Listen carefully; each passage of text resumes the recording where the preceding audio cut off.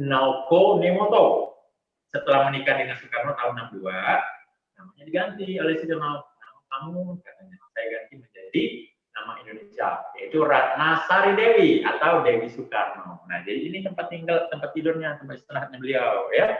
Sampai sekarang masih hidup ya, adik-adik presidennya itu, istri Presiden Soekarno itu, ya. Yuk, kita mulai, yuk. 1, 2, 3. Tepuk senjata. Berani. Berbuat. Angkat senjata.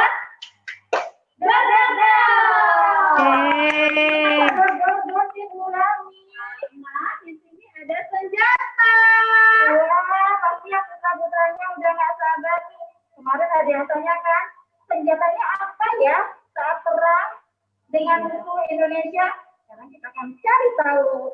Lewat itu.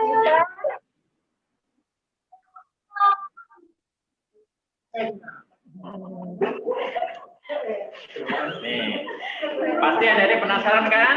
Mau tahu senjata yang digunakan? Ayo, kita lihat dulu senjata rakitan. Senjata rakitan itu artinya senjata yang dibuat, ya, pakai tangan sendiri para pejuang. Ada biola ini bukan untuk ditembak ya adik-adik. Ini biola itu digunakan untuk menyemangati perjuangan. Ya, ini ada ranjau darat, ya, pelontar granat, ya. Ada juga bom udara. Nah, ini dirakit oleh siapa yang merakit ini? Tahu nggak deh? Ternyata yang merakit ini adalah TGP. Apa itu TGP? Tentara Jadi Pelajar. Anak SMP dan anak SMA jurusan teknik sudah bisa buat senjata rakitan. Ikut perang juga anak sekolah dulu. Kalau sekarang kan perang melawan apa? Melawan handphone. Tiap hari main handphone, ya. Nonton sinetron. Itu perang kalian itu, ya. Nah, kalau tentara dan pelajar zaman dulu buat senjata melawan Belanda, ya. Ada saklar bambu, ada potongan bom rakitan, ya, dan beberapa senjata-senjata rakitan lainnya. Nah, kita mau lihat senjata yang paling terkenal yang digunakan oleh tentara zaman dulu, namanya TKR, tentara keamanan rakyat. Senjatanya ada di sana. Ayo, ikutin kakak, yuk.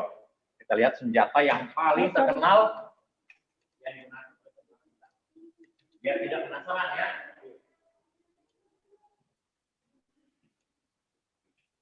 Nah, ini. Kamu bayangkan ya adik-adik, tentara kita zaman dulu betapa beratnya melawan pasukan Belanda dan Inggris serta Jepang yang menggunakan senjata canggih. Kita hanya menggunakan pedang Belanda, ya. Disorot nomor 1 ini pedang Belanda. Ini namanya pedang Belanda. Ada samurai yang nomor 2, ya. Ada keris, ya. Keris nomor 3, ya.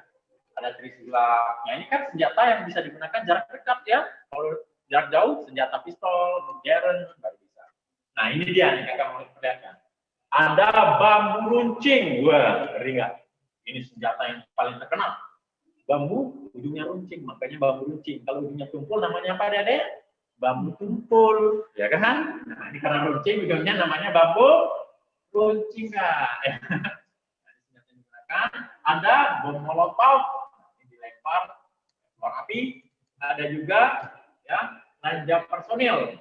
Ini ditaruh di lubang, diinjak, meledak. Ada juga granat gambiol, diputar-putar, dilempar. Nih, lihat sini kan, nih senjatanya nih, granat gombyok namanya, ya. Aneh ya, unik ya, karena bahasa Jawa ya, gombyok. Gombyok itu seperti apa bahasanya saya juga nggak tahu ya. Yang jelas diputar-putar, dilempar. Ini juga ada senjata kita. Nah, nih sedikit. Tahun 48 kita punya pabrik senjata ya, namanya Demakijo nih Kak Sorotin, Kak. Pabrik senjata Demakijo Yogyakarta yang sudah bisa membuat senjata ini. Ya, senjata rakitan ini mulai dari senapan pejuang Kalimantan, ya, pistol mitrailleur, ya, ada pistol ya, seperti ini, ya, berempat. Ini yang dirakit oleh anak bangsa, ya, dipimpin oleh Profesor Yohanes, ya, ahli di bidang teknik, ya. Dia membuat senjata ini dari tiang-tiang listrik, dari besi dirakit menjadi senjata. Nah, kalau sekarang, ya, kita sudah punya pabrik senjata yang sangat canggih. Ada yang tahu nggak namanya? PT Pindad di Bandung. Nah, kita sudah bisa membuat senjata yang sangat canggih, bahkan mengalahkan Amerika. Siapa aja kalah, termasuk Amerika ini mungkin, ya. Kita lanjut. Nah, ini ada beberapa senjata rampa Walther seperti ini yang kita rebut dari tentara Inggris. Ini saat pertempuran Surabaya. Ada yang masih ingat nggak pertempuran Surabaya tanggal berapa? 10 November. Dan akhirnya diperingati sebagai hari apa? Hari pahlawan, yaitu hari ini ya. Yuk, kita lihat. Ini ada beberapa senjata mesin. Oh, kemudian ini ada senjata-senjata mesin ya, yang bisa menembakkan amunisi peluru dalam 1 menit bisa sampai 100 amunisi. Tembakan luar biasa ya. Dan juga ada Browning, ini senjata anti pesawat. Jadi target ini adalah pesawat atau helikopter milik Inggris. Ini bisa bergerak ya, bisa mutar ya. So, misalnya ada pesawat dari sini, dia akan mengerak sini ya. Ke bawah juga bisa, ya ke atas biasanya kan. Kalau pesawat di atas ya, bukan di bawah ya. Oh, moncongnya ini. Lumayan ini ya, Dek, kena tembak bisa keluar kecap ini, Dek ya. Ya, lumayan ya. Ya, ini ada kapal perang. Ini kapal perang ini kecil sih emang sih, padahal besar ya. Ada 50 meter panjangnya, ada sampai 100, ada 200 meter panjangnya ya. Ya, ini kapal-kapal perang yang digunakan oleh Angkatan Laut. Ini kita beli dari Rusia ya. Tahun 61-62. Karena kita saat itu walaupun kita merdeka tahun 45, tapi tahun 61-62 kita perang lagi Dek ya. Perang lagi melawan Belanda. Kenapa? Belanda ingin mengambil Papua atau Irian Barat saat itu. Ya kan? Akhirnya itulah pasukan yang sebanyak-banyaknya untuk menyerang Belanda yang ada di Papua dengan melaksanakan operasi Trikora. Trikora, 3 komando rakyat. Kora, komando rakyat. Akhirnya Belanda dalam tempo 1 bulan 10 bulan berhasil diusir dari Papua, dan TNI berhasil merebut kembali Papua dari tangan Belanda. Ingatin ya sayang ya. Nah, ini ada beberapa senjata canggih, senjata lumayan modern. Ini yang digunakan oleh negara penjajah ya. Ada Metses, ada Uzi nih yang sering main game adik-adik. Nih, Uzi nih ya. Pasti tahu nih. Uzi sayang. Nah, nih kamu lihat nih. Sini dong makanya. Bisa lihat Uzi ya, Uzi. Ya. Ada juga M16, AK-47. M16. Ada Browning. Nah, bukan Brownies ya, ini Browning ya. Nah, ini yang paling keren nih ya, KRI Irian. Kenapa paling keren? Tahu nggak Dede? Replikanya emang kecil sih, paling panjangnya berapa ya? Aslinya KRI Irian ini kita beli dari Rusia, panjangnya 200 meter. Panjang banget. Ini adalah kapal perang tercanggih. Malaysia belum punya ini. Ya, tahun 61-62 Malaysia ngeri kalau ngeliat ini. Kamu lihat tuh ya, senjatanya ya. Meriamnya ada 7. Siap menghancurkan ya. Dan ini berhasil ya mengusir Belanda dari Papua atau di barat. Mana lagi? Major Abdi, kita punya yang seru-seru lagi nggak? Seperti kendaraan perang? Oh banyak, malah yang paling seru adalah siapa yang pernah naik pesawat tempur? Belum. Jadi hari ini adik-adik akan melihat dulu ya, belum naik ya kan? Kamu ini jauh, coba kamu di sini bisa naik ya. Gurunya bisa naik nanti ya? Boleh Pak? Boleh dong. Pesawat tempur. Benar, percaya saudara-saudara, Tuhan akan melindungi kita sekalian.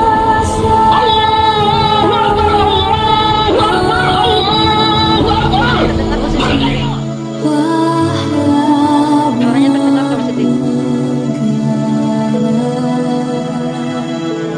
Siti suaranya terdengar nggak? Kedengaran?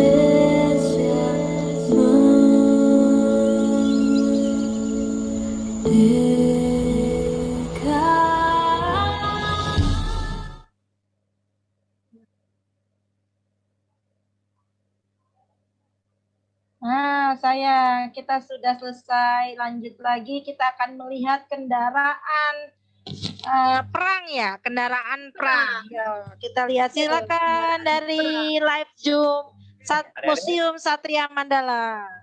Kita akan melihat kendaraan-kendaraan yang digunakan zaman perang dulu, ya. Suara di dia. Ya, di belakang kakak ini, ya. Ini koleksi yang pertama itu namanya koleksi ambulansi gajah. Kenapa si gajah? Kalau kamu di cutscene sih, kamu lihat di depan, bagian depan ambulan ini mirip gajah. Benar, namanya ambulansi gajah, ya.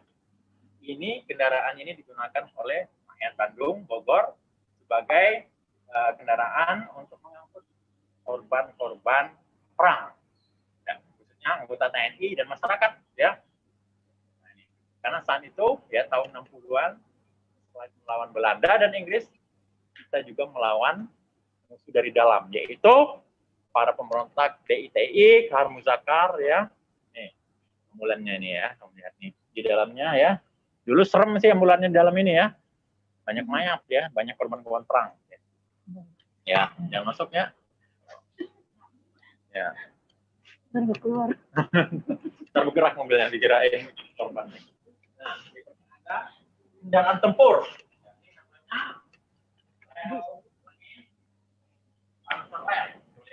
Ini buatan Angkatan Darat nih, kita udah bisa membuat nih Panzer Rail. Kenapa Panzer Rail? Karena panzer ini berjalan di atas rel, ya.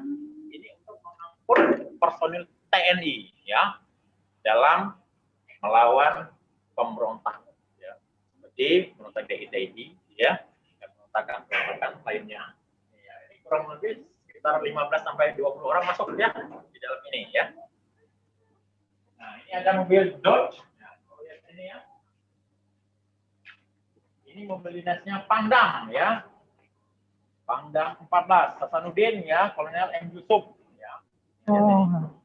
Jadi ini kita lihat dari dekat nih, biar seru. Ya, ada lubang nih, ya. Ini lubang, lihat ini lubang apa, ya? Ini ada lubang peluru. Ini lagi. Ini adalah karena tembakan dari ya musuhnya, ya. Musuh Kolonel Yusuf, ya. Ada Kolonel Yusuf, ya, diserang ya, oleh pemberontak Andi Aziz, ya. Mereka berhasil ya menembak sampai kaca pecah nih dia nih, menembak ya. Kolonel Yusuf yang ada di dalam sini diberondong peluru nyasar di mana-mana.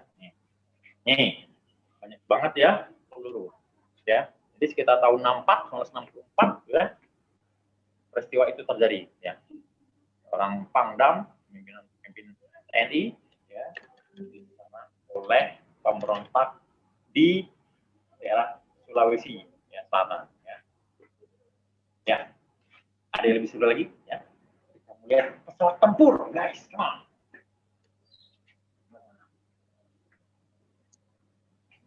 Wah, pesawat tempur.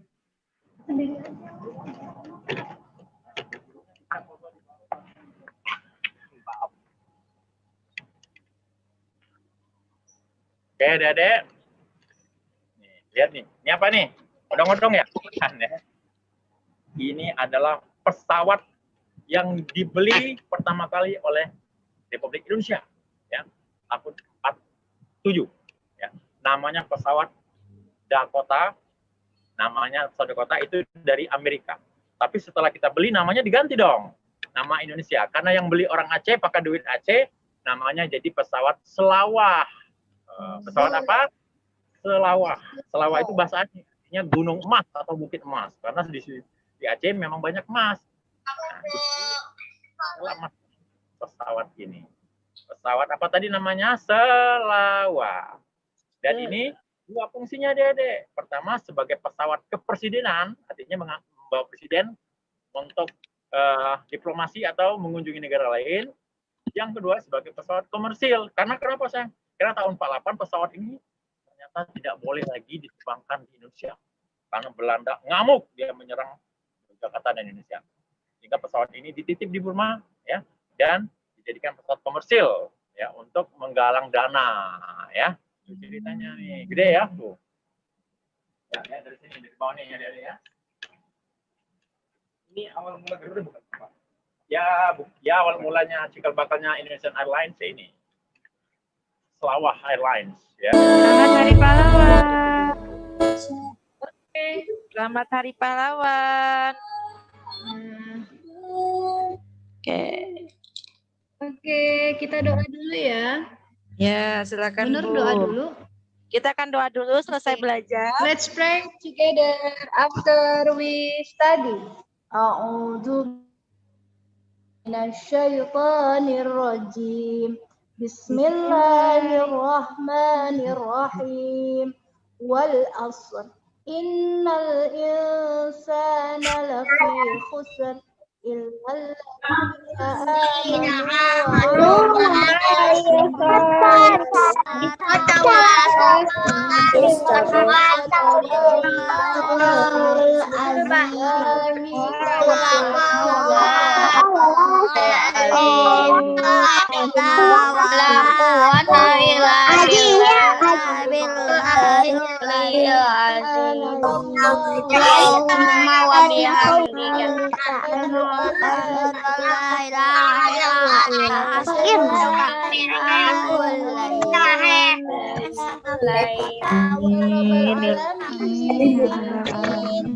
Saya terima kasih untuk tertibnya.